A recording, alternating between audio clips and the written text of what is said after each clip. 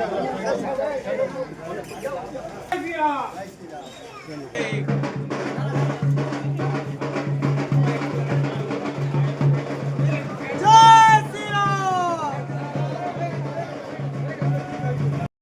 তো ভিডিও দেখিনি, শুনছি হাজার হাজার কোটি টাকা নাকি ডিল হচ্ছে। হুমায়ুন কবিরের কি মূল্য আছে তাকে লোক, তার নিজের পার্টি নাই, তার নিজের ক্যান্ডিডেট নাই, কোনো রীতি নীতি নাই।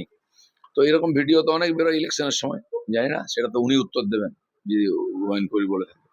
আর কার সঙ্গে ডিল, কার সঙ্গে অ্যালায়েন্স হবে সেটা তো ওরা ঠিক করবে, কোন পার্টি কার সঙ্গে করছে, বিজেপি কি করবে।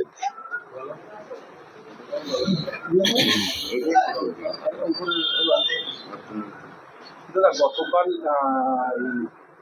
মালিয়া বলেছেন কি 4 তারিখ ওনারা জেতার পরে আপনার বাড়ির সামনে থেকে ওরা নাচতে নাচতে যাবে এবং আপনি এবং বৌদি ফুল ছেটাবে।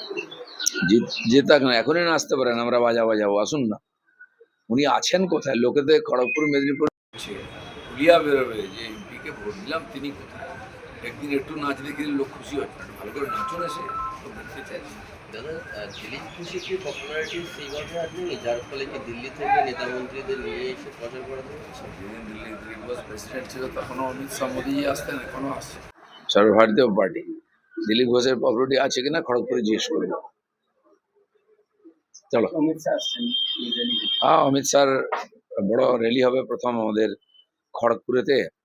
তো রোড শো আছে, উনি 21 সালেও এসছেন, আমরা জিতেছিলাম, আবার 26-এ আসছেন, ব্যাপক ভোটে জিতবো।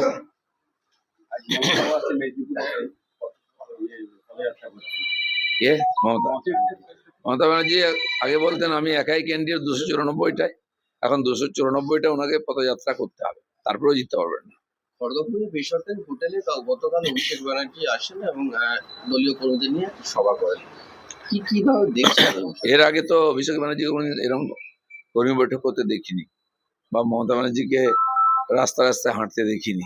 কেন হাঁটতে হচ্ছে? আজকে পরিস্থিতি খারাপ, আরো খারাপ হচ্ছে, এরপরে সভা করার লোকই পাবেন না ওনারা। এমন কোন বক্তব্যের সাথে নিজেদের যুক্ত করতে পারে না যেখানে মুসলমানদের মর্যাদা বা অখণ্ডতা নিয়ে প্রশ্ন তোলা হয়। আজ থেকেই আমি হুমায়ুন কবিরের দলের সাথে তাদের জোট প্রত্যাহার করে নিচ্ছি। ওটা ওদের ব্যাপার, কে কার সঙ্গে জোট করে আমরা কি করে বলবো। চলো।